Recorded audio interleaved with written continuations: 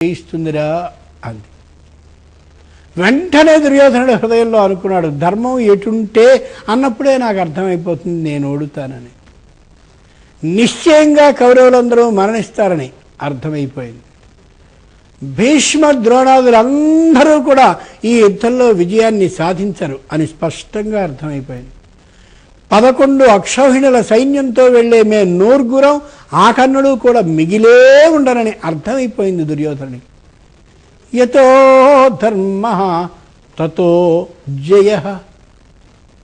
ఆ మాట వినగానే వాడు ఒకటే అనుకున్నాడు, మా కౌరవ సైన్యం పోయినా సరే నేను ఏ కర్ణుడిని నమ్ముకుని యుద్ధరంగంలో దిగానో ఆ కర్ణుడు పోయినా సరే పాండవులకి సంబంధించిన సంపూర్ణమైనటువంటి సైన్యాన్ని ఎంత నాశనం చేయగలిగితే అంతా చేయడమే నా చివరి కర్తవ్యం అనుకున్నాడు వాడు.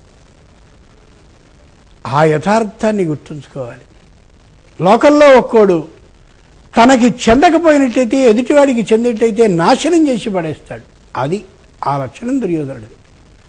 కాబట్టి దుర్యోధనుడు అభిమానధనుడు, అట్లాంటివాడు ఇట్లాంటివాడు. దుర్యోధనుడి గురించి ఎంత గొప్పగా చెప్తే అంతగా భారతం తెలియదు అని అర్థం. భారత గ్రంథం తెలిసిన వాడెవడు దుర్యోధనుడిని అంగీకరించడు గొప్పవాడుగా.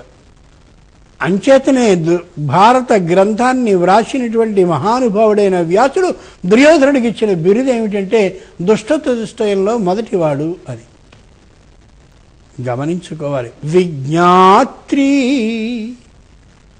ఏ రాబోయే విషయాన్ని తెలిసినటువంటి అమ్మ ఉందో ఆ అమ్మ ద్వారా, నిజమైనటువంటి అమ్మ అయిన గాంధారి ద్వారా దుర్యోధనుడికి నాయన ధర్మం చేయిస్తుంది కాబట్టి యుద్ధాన్ని మానేయరా అని చెప్పింది ఆవిడ. ఉపదేశ రూపంగా తెలియచేసింది. ఇది మంచిది కాదని సూచించింది, హెచ్చరించింది. కానీ వీడు వినలా, అందుకే చచ్చాడు మొత్తం. విజ్ఞాత్రి. లోకంలో ఆ యథార్థాన్ని ప్రతిపుత్రుడు గమనించాలి. తల్లికి కానీ నమస్కరించినట్టయితే, తరువాత దేవతలకి నమస్కరించినట్టయితే తల్లి యొక్క ఆశీర్వచన భాగ్యాన్ని పొందినటువంటి పిల్లవాడికి దైవ ఆశీర్వచనాలు సక్రమంగా ఉంటాయి.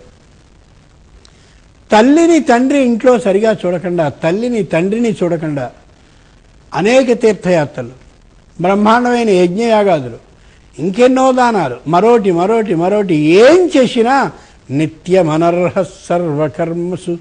సంధ్యావందనం చేయనటువంటి వాడు ఏ క్రతువుని చేసినా దాని ప్రయోజనం ఎలా చెల్లుబడి కాదో, ఆ ప్రయోజనం సిద్ధించదో, అలా తల్లికి తండ్రికి నమస్కరించకుండా కానీ ఎంతమంది దేవతలకి నమస్కరించినా, ఎన్ని అన్నదానాలని చేసినా, ఎంతటి మహాదానాన్ని చేసినా, ఏ విధమైన ఉత్తమ గతులు కలిగే కార్యాలను చేసినా ప్రయోజనం ఉండదు ఉండదు ఉండదు. నమాతు పరదైవతం.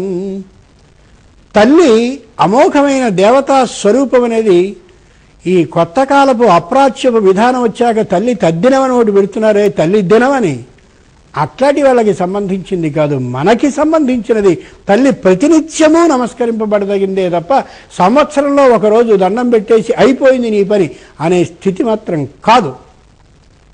పులిని చూసి నక్క వాత పెట్టినట్టుగా వాడెవడో విధవ ఆచారాన్ని ఒకటి పెడితే ఆ ఆచారాన్ని మనం అనుసరించాల్సిన అవసరం ఏమాత్రం ఉంది. తల్లికి నిత్యం నమస్కరించాలని భారతీయ సంప్రదాయం చెప్తోంది తప్ప ఏదో ఒకరోజు వాడెవడో అప్రాచ్యుడు నిర్ణయిస్తే ఆ రోజున తల్లికి నమస్కరించి మిగిలిన అన్ని రోజులు కూడా ఆమెకు నమస్కరించాల్సిన అవసరం లేదనే స్థితికి మనం దిగజారకూడదు.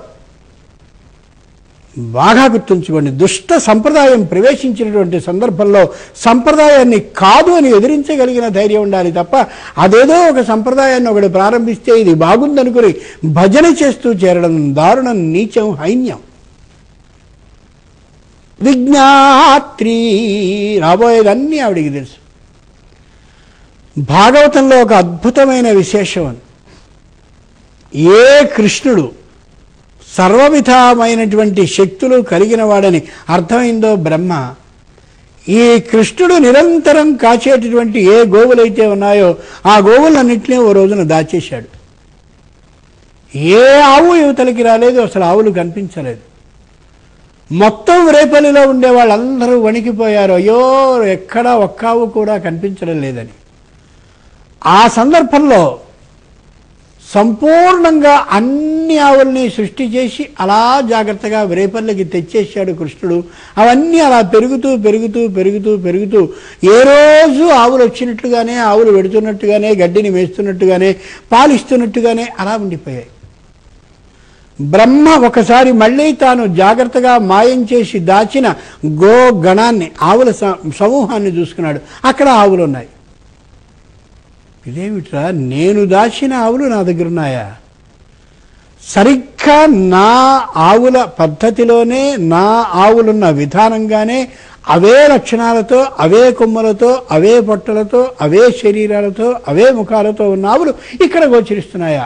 అది నిజమా, ఇది నిజమా, ఇది నిజమా, అది నిజమా అని ప్రపంచాన్ని అంతటినీ మోహపుచ్చేటటువంటి ఆ బ్రహ్మ కాస్త మోహితుడయ్యన్, తాను మోహంలో పడ్డాడు. ఇదేదో జరిగింది ఏమిటా అని కృష్ణుడేం మాట్లాడలా. శ్రీకృష్ణ శ్యామలాదేవి శ్రీరామో లలితాంబిక. ఈయన శ్యామలా స్వరూపం కృష్ణుడు కాబట్టి సంపూర్ణంగా గోవులన్నిటినీ మాయం చేసేసిన తర్వాత బ్రహ్మ ఓ రోజున తన ఆవుల పెరుగుదలన్నింటినీ చూశాడు. ఇక్కడికి అన్ని ఆవులు అదే విధంగా అదే వయసులో అలా పెరుగుతున్నటువంటి ఆవుల్ని చూసి కృష్ణుని దగ్గరికి వచ్చి, పొరపాటు అయిపోయిందయ్యా, నీకున్న శక్తిని గమనించాలనే అభిప్రాయంతో నేను ఇలా మాయ చేశాను తప్ప నీకింతటి శక్తిమంతుడు, ఇంతటి శక్తి ఉన్నవాడివి అని అర్థం చేసుకోలేకపోయాను. ఇప్పుడు నాకు అర్థమైంది, పొరపాటు జరిగిందని అంగీకరిస్తున్నాను. సృష్టికర్త అయిన బ్రహ్మ కృష్ణుని దగ్గర అన్నాడు, విజ్ఞాత్రి. అప్పుడు కృష్ణుడు ఓ పని చేశాడు. ఏ ఆవు ఏ వయస్సులో ఆయన చేత దాచబడిందో అదే వయస్సు కలిగిన ఆవులు కలిగినట్లుగా ఈ ఆవులు కూడా ఉంటే అదే పద్ధతిగా ఉన్నటువంటి ఈ ఆవుల్ని చూపించి బ్రహ్మకి అర్థమైందా, సృష్టికి ప్రతి సృష్టి చేయగలిగిన శక్తి ఇక్కడుంది. దానికోసమని నీకున్నటువంటి ఆ శక్తిని దుర్వినియోగపరచగని బ్రహ్మని మందలించాడు కృష్ణుడు. విజ్ఞాత్రి. జరగబోయేటటువంటి విషయం అంతా అమ్మకి తెలుసు కాబట్టి ఆ బ్రహ్మకి ఆ శక్తి లేదని నిరూపించాలనేటటువంటి అభిప్రాయం కలిగిన ఆమె కాబట్టి బ్రహ్మకి గోవుల్ని దాచే బుద్ధిని ఏర్పాటు చేసింది. దాచబడ్డ గోవులతో సమానమైనటువంటి గోవులు అలా సృష్టింపబడే అభిప్రాయాన్ని కృష్ణునికి కలిగించింది. ఆ బ్రహ్మకు తాను చేసినటువంటి పని సరికాదనే అభిప్రాయం కలిగేలా ఆ విధమైనటువంటి చిత్ర విన్యాసాన్ని ఏర్పాటు చేయగలిగింది. విజ్ఞాత్రి. అన్ని విషయాలు ముందుగా తెలిసినది. పూర్వపు రోజుల్లో రాజులందరూ కూడా దండయాత్రలకి వెళ్ళేటటువంటి సందర్భంలో అమ్మవారి ఎదురుగా కూర్చుని విజయా నామాన్ని, విజ్ఞాత్రి అనే నామాన్ని జాగ్రత్తగా అనుసంపుటి చేస్తూ చదువుతూ ఉండేవారని ఒక చోట చదివిన గుర్తు. ఏ గ్రంథమో గుర్తులేదు, కానీ ఓ చోట చదివిన మాత్రపు గుర్తుంది.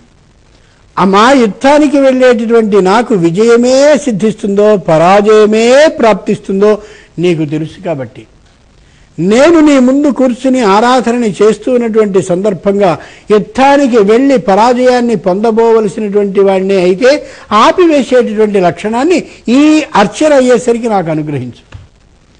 లేక విజయాన్నే సాధించుకురాగలిగిన వాణ్ణి అని కానీ నీకు అనిపించినట్టయితే నన్ను యుద్ధానికి పంపించే నిర్ణయాన్ని తీసుకుని ముందుకు కదిలింపచేయి. పరాజయం సిద్ధిస్తే ఆపేయి, విజయం సిద్ధించబోతే ముందుకు పంపించు అని స్వయంగా ప్రార్థించేవారు. అందుకే వరంగల్లో ఉన్నటువంటి ఏ కాకతీయ రుద్రమదేవి స్పష్టంగా అలా నిర్మించినటువంటి భద్రకాళి ఆలయం ఉందో అక్కడ ప్రతి యుద్ధానికి పూర్వమందు కూడా అద్భుతమైనటువంటి అమ్మ యొక్క అర్చన సాగుతూ ఉండేది. ఆ సాగేటటువంటి అర్చన విజ్ఞాత్రి. ఈసారి నువ్వు ఖచ్చితంగా యుద్ధంలో విజయం సాధింపబడవన్నటువంటి సందర్భంగానే ఆ యుద్ధంలో ఓడడం, ఆ రుద్రమదేవి మోసానికి గురి కావడం, కాకతీయ వంశం అంతరించడం, ఇదంతా సాగిందని చరిత్ర గ్రంథంలో మనకి కనిపిస్తూ ఉంటుంది. అంటే అందరికీ అమ్మ కనిపిస్తుందని నేను అనను, కానీ యథార్థమైన అద్భుతమైన ప్రతిష్ఠ చేసి ఆ విధంగా అమ్మని అర్చించినటువంటి సందర్భంలో మాత్రం ఇది తప్పురా, నువ్వు పరాజయానికి పోబోతున్నావు, కాబట్టి ఆ పరాజయానికి సంబంధించిన యుద్ధానికి నువ్వు పోవద్దని శాసించి ఆపేస్తుందమ్మ. ఆ శక్తి మంతులుగా మనం ఖచ్చితంగా కావాలి అంటే లలితా సహస్రనామాన్ని నిరంతరం పారాయణ చేస్తూ ఉండవలసిందే. ఆ శక్తిని పెంపొందించుకోవాల్సిందే. అమ్మ చేత వెళ్ళవద్దు అని అనిపించుకుని ఖచ్చితంగా ఆగిపోవలసిందే. వెళ్ళు అని కానీ అన్నట్టయితే వెళ్ళవలసిందే. ఈ నామంతో అమ్మని అర్చించవలసి వస్తే విజ్ఞాత్రియై నమః అని అమ్మ యొక్క పాదపీఠమునందు పూజా పుష్పాన్ని సభక్తికంగా ఉంచాలి.